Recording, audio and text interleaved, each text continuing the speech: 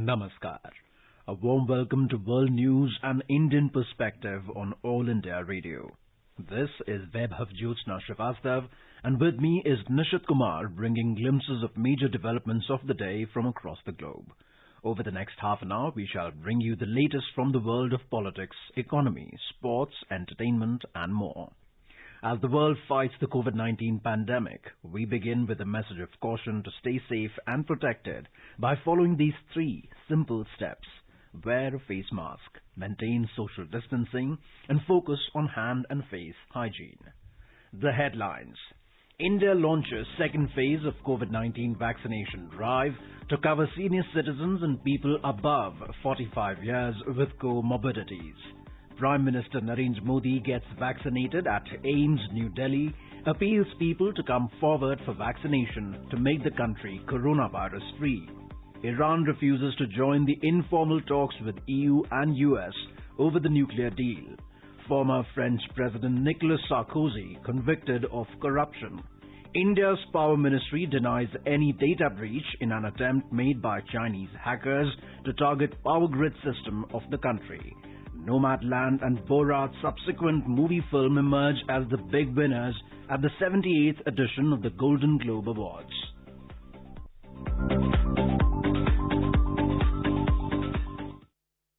India's nationwide COVID-19 vaccination phase to cover senior citizens and people above 45 years with comorbidities has begun on Monday. The registration for vaccination opened at 9 a.m. on Monday at www.cowin.gov.in. Citizens can register and book an appointment for vaccination anytime and anywhere using the CoWIN 2.0 portal or through other IT applications such as Arogya Setu. The vaccine will be administered free of cost at 10,000 government hospitals to these groups, while the cost of the vaccine at around 20,000 private vaccination centers will be borne by the people. Our correspondent has filed this report. The eligible persons will be able to register at the CoWIN 2.0 portal. The user can log in at the portal with OTP from their registered mobile number. With one mobile number, a person can register as many as 4 beneficiaries. To avail online registration, the citizens can use photo identity documents like Aadhaar card, electoral photo identity card, passport, driving license, PAN card, NPR smart card, and pension document with photographs. The citizens can schedule themselves to the available time slots for vaccination at nearby COVID vaccination center. Citizens can download the confirmation of the appointment, and it will also be shared through SMS on their registered mobile number. The government has identified 20 specified comorbidities that will prioritize individuals for the COVID-19 vaccination. They include heart failure with hospital admission in past 1 year, post-cardiac transplant, kidney and liver transplant recipient, or on wait list, leukemia, lymphoma, HIV infection, diabetes and hypertension, on treatment and severe respiratory disease with hospitalization in the last 2 years. With a view to strengthen the COVID vaccination capacity significantly, large number of private facilities is being involved in this vaccination drive. Around 10,000 private hospitals impaneled under Ayushman Bharat Pradhan Mantri Jan Arogya Yojana, 687 hospitals impaneled under CGHS, and other private hospitals impaneled under state government health insurance schemes can participate as COVID vaccination centers. With Dipendra Anand Kumar, AIR News, Delhi. Prime Minister of India, Mr. Narendra Modi, on Monday took the first dose of the COVID-19 vaccine at AIIMS in New Delhi. In a tweet, Mr. Modi appealed to all those who are eligible to take the vaccine. He said it is remarkable how our doctors and scientists have worked in quick time to strengthen the global fight against COVID-19. The Prime Minister said, "Let us together make India COVID-19 free." Sister P. Niveda from Puducherry administered Covaxin to Mr. Modi. मेरा नाम निवेदा है। मैं पौंडीचेरी से belong करती हूँ। AIIMS में 3 साल से काम कर रही हूँ। आज सुबह पता चला पीएम सर आ रहे वैक्सीनेशन के लिए। सर को वैक्सीनेट करने के लिए मुझे बुलाया गया था। सर से मिलकर अच्छा लगा। सर को भारत बायोटेक की कोवैक्सीन दिया गया है फर्स्ट डोज। अभी 28 डेज में सेकेंड डोज पेंडिंग है। बात हुई सर से। वैक्सीन देने के बाद सर ने बोला लगा भी दिए, पता भी नहीं चला। Now let's take a look at the coronavirus updates from around the world. Germany has announced that travelers from France's northeastern Moselle region will face additional restrictions due to the high rate of variant coronavirus cases there. On Sunday, France and Germany agreed that people crossing the border between the French region of Moselle and Germany will have to have proof of a negative COVID-19 antigen test in the previous 48 hours. The French Europe Minister Clément Beaune confirmed this on Sunday. The Moselle region in northeastern France includes the city of Metz and borders the German states of Saarland and Rhineland-Palatinate. The Philippines has kicked off its COVID-19 vaccination program on Monday. Health workers were the first to be inoculated as the country tries to secure supplies to deal with a stubborn pandemic. The Philippines has reported 5,76,352 COVID-19 cases overall, including infections with the more infectious British coronavirus variant. It has recorded 12,318 deaths. Tokyo has reported 329 new coronavirus infections on Sunday. The national broadcaster NHK said the figure has a slight decrease from the previous day's number of 337. Japan lifted a state of emergency in 6 prefectures a week earlier than scheduled. The curbs, however, stay until early March in Tokyo and 3 other prefectures. The mayor of Auckland called for residents to be prioritized for COVID-19 vaccines after the city was placed under its 4th pandemic lockdown over the weekend. The 7-day lockdown was imposed by Prime Minister Jacinda Ardern from Sunday, prompted by a single new COVID-19 case. This is Saira Mushtaba for World News, All India Radio. This is All India Radio giving you the news. For quick news updates round the clock, follow us on Twitter at AIR News Alerts. 3 steps to stay protected and stay safe from COVID-19. Wear face mask, 2 gaz ki duri to maintain social distancing, maintain hand and face hygiene.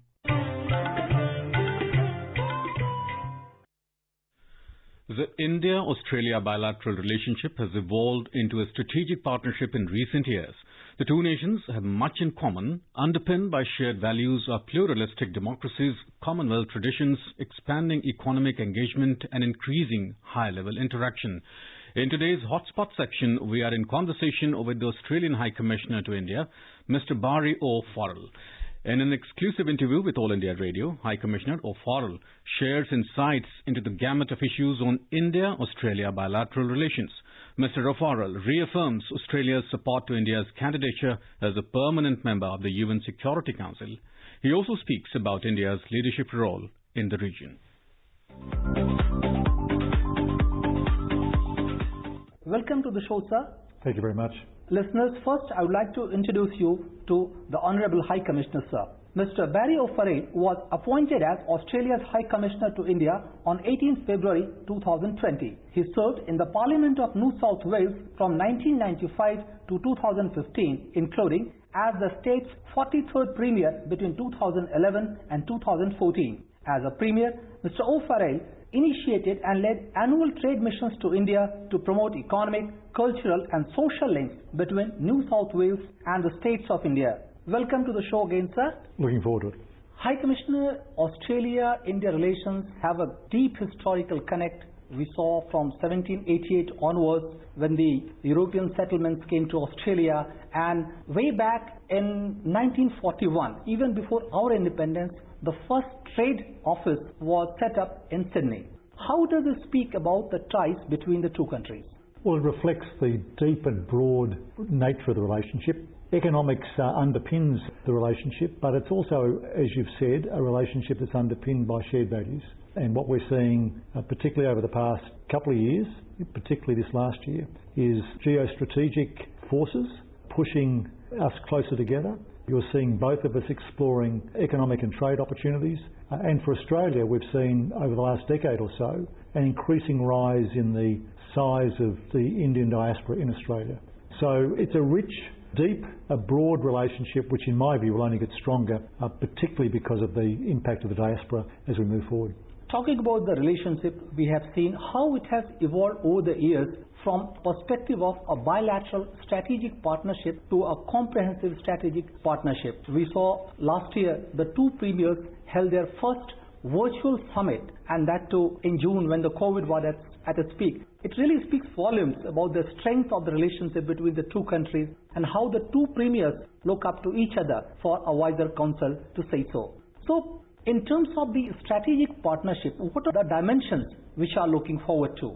After the recent test series, Prime Minister Modi made the point that we're strong competitors on the field but solid friends off the arena. The Comprehensive Strategic Partnership takes the Australia-India relationship to a new level. It seeks to deepen and elevate our defence and intelligence ties, which is important at a time when there's such geopolitical uncertainty in the world. It recommits us to opening up again negotiations around free trade agreement, but commits both of us to a growing trade and investment opportunities in each of our countries. The Comprehensive Strategic Partnership is meant to deepen our relations, as you said, High Commissioner. If you can share some light on what are the areas in which we are looking forward to have extended cooperation? Well, I think there are a number of those. Firstly, India, of course, has set itself a significant goal in relation to the manufacture of electric vehicles and battery storage. And in order to achieve that mission, you require critical minerals and rare earths. And Australia is a source for those. So one of the agreements that was signed as part of the CSP relates to critical minerals and rare earths and seeks to ensure that Australia can provide the elements to assist India on its self-reliant India policy to grow its various manufacturing sectors, in this case in the electric vehicle sector, and succeed. Secondly, we've seen other areas where, in relation to cyber and critical technologies, those emerging technologies that will influence our lives in the future, where we're seeing India and Australia working together, whether through the Australia Grants Program we've just announced, or more closely together to ensure that those new technologies are being used to enable citizens to reach and fulfil other opportunities and new opportunities. There are many features of the 9 agreements that we signed under the CSP which are being taken forward, because what both Prime Ministers want, practical outcomes that not only deepen the relationship but provide greater opportunities for the citizens of both our countries and hopefully lead to the greater prosperity that we both see. The trade and economic ties between the two countries have been a feature which has really seen evolution over the years. The bilateral trade volume between the two countries has been sufficient enough to be grown in the years to come. If we not only speak in terms of volumes, if we talk in terms of the quality of relationship, in terms of the bilateral trade and economic cooperation, be it through the aegis of the East Asia Summit or through the bilateral arrangement in form of SICA, what is the progress? There is a real focus on India and Australia, and to some extent through a trilateral agreement with Japan to try and put in place more resilient supply chains, which means closer economic relations between countries like India, Australia and Japan. So there is no doubt that India is an emerging economy. India is going to only be more influential and, in terms of economic might, even more powerful in the decades ahead. I think there'll be very few countries around the world that are not beating a march to India's door to try and engage in trade and investment. Happily, as a result of the Comprehensive Strategic Partnership, we have a framework through which that can be done, and I have to say we're seeing some early progress there. So just in August of last year, we saw pomegranates being imported into Australia for the first time. That's the sort of cooperation that we want to see, just as we send malt barley to India to help make some of the world's great beers. From economic cooperation to defence cooperation, we have seen how Australia joined in the Malabar exercise and how India and Australia are committed towards the Indo-Pacific region, which is free and secure. And then we have this MLSA, the Mutual Support Agreement. How does it delve in terms of an enhancing defence cooperation between the two countries? Well, firstly, we do share Prime Minister Modi's vision that he outlined at the Shangri-La Dialogue in 2018 for a free, open and prosperous Indo-Pacific region. It's a sacred duty, along with protection of the Indian Ocean, that Australia is happy to share with India. And clearly, you can't have a secure and prosperous region unless you have a strong defence regime. And so what we've seen through the Mutual Logistics Support Agreement is the opportunity for even more cooperation between India and Australia. I think at times the focus on Malabar ignored the fact that there'd been a significant increase, a 6-fold increase in defence activities between Australia and India over the previous 5 years. It ignored the fact that Operation AusIndex was the largest and most complex engagement that Australia has ever participated in. which included submarine serials across the Bay of Bengal. So we're seeing a deepening of that relationship, and it will continue. That brings me to another area, the Quad. The formation of the group came in the backdrop of enhancing the security in the Indo-Pacific region and to assure the global community that the maritime linkages or the routes will not be hampered or cannot be taken for granted by a country to say so. How far the consultations on Quad Forum moved along? As you know, originally it was a meeting of foreign secretaries. 2 years ago it became a meeting of foreign ministers. And, Dr. Jaishankar, the External Affairs Minister, of course, talks about, in his book, The Indian Way, about putting in place strategic alignments and interest-based coalitions, what he calls plurilateralism. And the Quad fits that because you have in Japan, the United States, India and Australia, countries deeply committed to shared vision of the Indo-Pacific. Well, listeners, we are in conversation with Mr. Barry O'Farrell, AO, the High Commissioner of Australia and India. Both the countries have endorsed the view that the terrorism in any form cannot be supported, and we have always to be up in arms against such nefarious designs who are trying to destabilize the peaceful environment across the globe. Similarly, another challenge which has cropped up is in the form of cyber security. India and Australia, their joint commissions, they have met and they have deliberated upon these issues. What are the issues which you see gaining momentum in the years to come? One of the strong relationships Australia has with India relates to terrorism. We recognise that terrorism remains a threat to peace and stability in the region. We had the 12th meeting of the India-Australia Joint Working Group on Counter-Terrorism virtually last December, and we stand alongside India in trying to combat it. But we exchange views on the prescription of terrorist individuals and entities as a tool to combating terrorism and review the threats posed by UN-sanctioned terrorist entities. Now, India has begun its new innings as a non-permanent member of UN Security Council this year. How do you look at the role of India? Well, we've long supported India's taking a seat at the United Nations Security Council, and we're delighted that we're one of the countries that supported it finally happening, and we'd like it to be a permanent seat. The fact is that, more generally, Australia welcomes the fact that India, as a natural leader in this region, is taking a greater and greater prominence in international affairs. And so, as I've argued before, in organisations like the World Health Organisation, another UN entity, it's great to see India chairing it this year because India understands its importance. And we're going to work with India to deliver on not only that outcome, but also seek to work with India, as both countries have said is necessary, to try and bring about some of that multilateral reform that's necessary. High Commissioner, I was just going through one of the recent articles which are penned by you regarding the role of Australia in terms of transfer of technology for, reducing the global carbon footprint. You have talked a lot about it, what are the areas in which Australia can offer its expertise. Your take on this? We fully endorse and sign up to the Paris Agreement and its goals. Australia has a strong history of providing climate financing, particularly to countries in our region who, as I say, are the most heavily impacted by the issue of climate change. But I again admire the lead that India takes on these issues. So whether through the International Solar Alliance or the Coalition for Disaster Resilient Infrastructure, what we are again seeing is India leading by providing examples of practical ways in which we can ameliorate the impact of climate change. How do you see the role of people-to-people contact in taking further ahead our relationship? I think President Kovan expressed it best when he visited Australia in 2018. He described the movement of people between our countries as a living bridge. As I said, 1 in 35 Australians are of Indian origin. Australia is home to citizens who've come from many countries around the world. And I don't know that there is a more peaceful nor productive community that has arrived on Australia's shores than those from India. Australia should be thankful for, is thankful for, and will continue to recognise in many ways the contribution that India and Indians are making to the development of our country. And during those bushfires, the Sikh community in Australia does what it does all over the world, which is when there's a crisis, it gets out there and feeds people. And it fed a lot of volunteer firefighters as they fought those dramatic fires more than 40 months ago.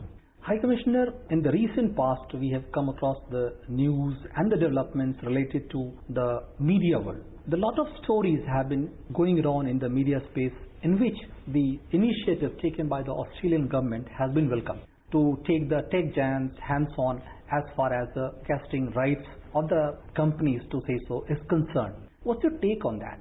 We believe that a normal commercial relationship, a fee for service, a paid product, is critical. Australia's put in place a code that encourages those who are dealing with tech companies to reach agreement themselves, but also puts in place a mechanism that if they're unable to reach agreement, there will be an independent arbiter who comes in and makes that agreement. As you know, extracting tax from or fees from tech companies or citizens is never easy, but ultimately it's the right thing to do. It contributes to well-being. It ensures that people employed in the businesses from where those products are coming are able to maintain employment.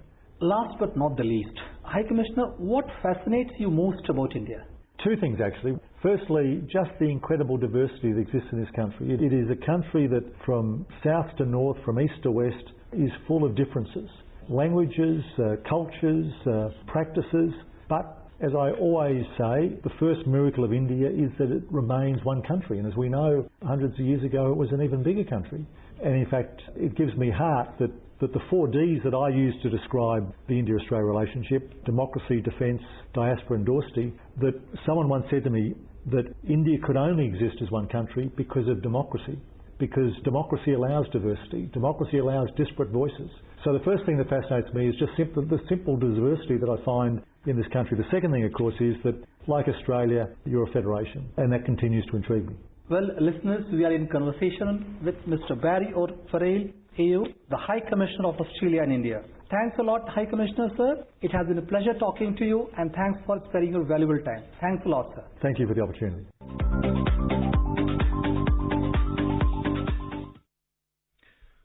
Former French President Nicolas Sarkozy was found guilty of corruption on Monday.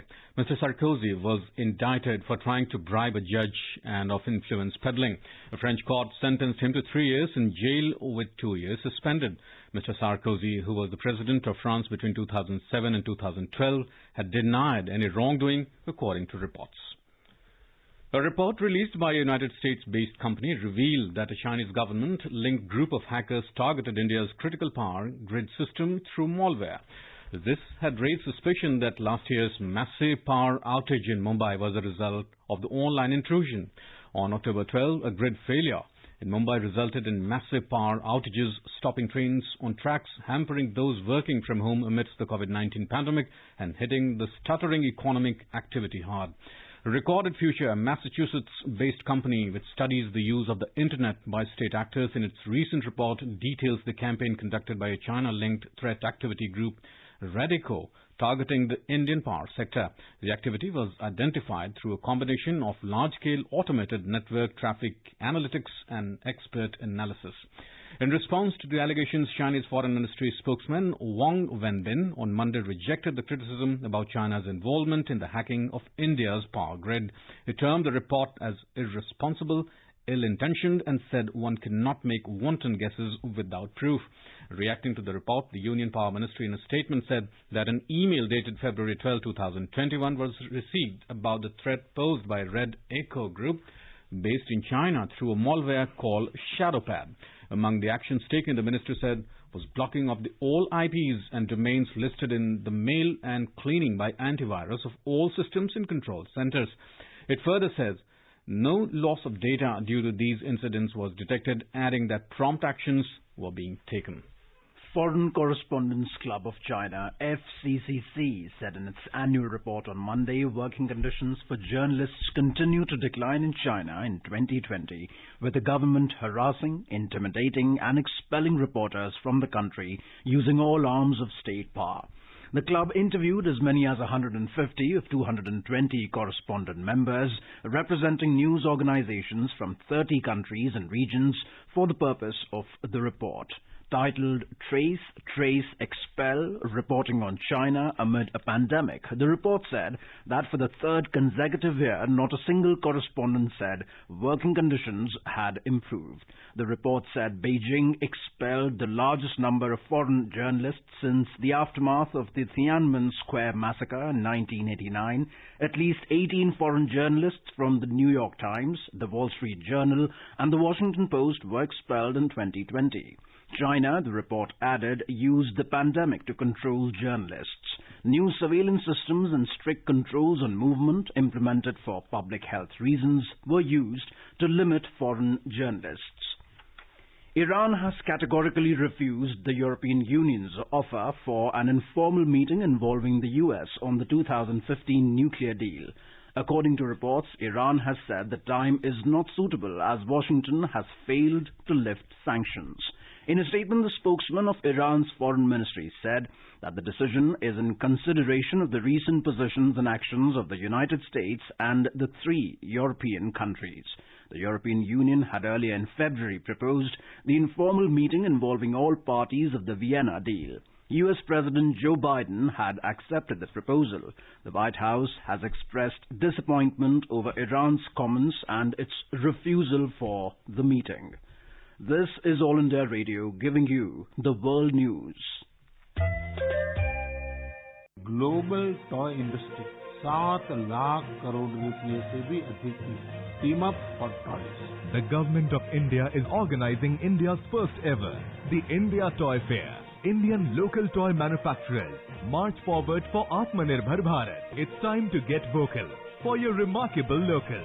From 27 February to 2nd March, must come forward to get registered online at www.theindiatoyfair.in. At the 78th edition of Golden Globe Awards, Nomadland and Borat's subsequent movie film emerged as the big winners. Nomadland won the award for the best drama film, and its director Chloe Zhao was named the best director, becoming only the second female winner of the category in Globe's history after Barbara Streisand in 1983. We shared a few of the best moments from the 5 films nominated for Best Motion Picture Drama. And the Golden Globe goes to Nomadland.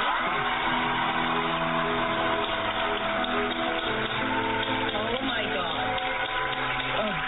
Okay. First of all, thank you, my fellow nominees, for your beautiful, beautiful movies. I'm speechless. Thank you. Now, let us take a look at the developments in the global equity markets. The BSE Sensex closed 750 points or 1.53% up at 49,850, while the NSE Nifty surged 232 points or 1.6% to finish at 14,762. The broader market at BSE also gained. The mid-cap index ended 1.46% up, while the small-cap index appreciated 1.61%. In the global equity market, Asian stocks rebounded amid steady bond yields after a steep rise last week. Progress in the proposed U.S. stimulus package also lifted investors' confidence. Japan's Nikkei 225 surged 2.4% and Hong Kong's Hang Seng climbed 1.5%.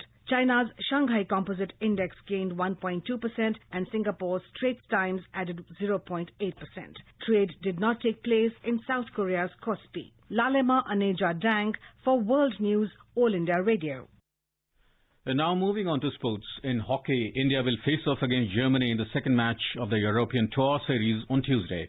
India defeated Germany 6-1 in a scintillating performance on Sunday. India will play Great Britain later in the tour at Antwerp in Belgium. Now let us take a look at the major developments around the world as reported in the foreign press. Wall Street Journal reports that Johnson & Johnson's single-dose COVID-19 vaccine is expected to reach states in the U.S. and vaccination sites as early as Tuesday.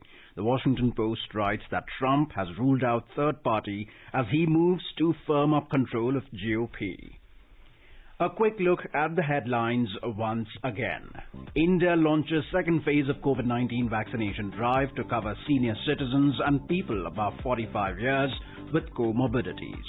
Prime Minister Narendra Modi gets vaccinated at AIIMS New Delhi, appeals people to come forward for vaccination to make the country coronavirus-free.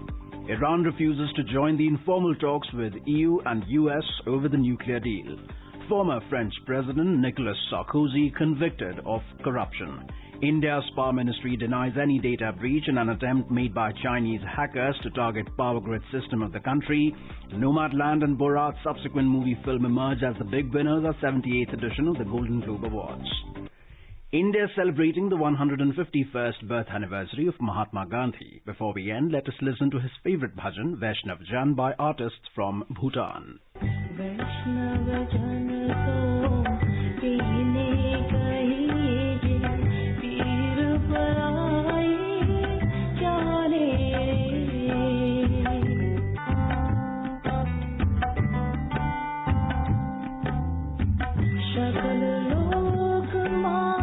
And with that, we end this bulletin. See you at the same time tomorrow with the next edition of World News.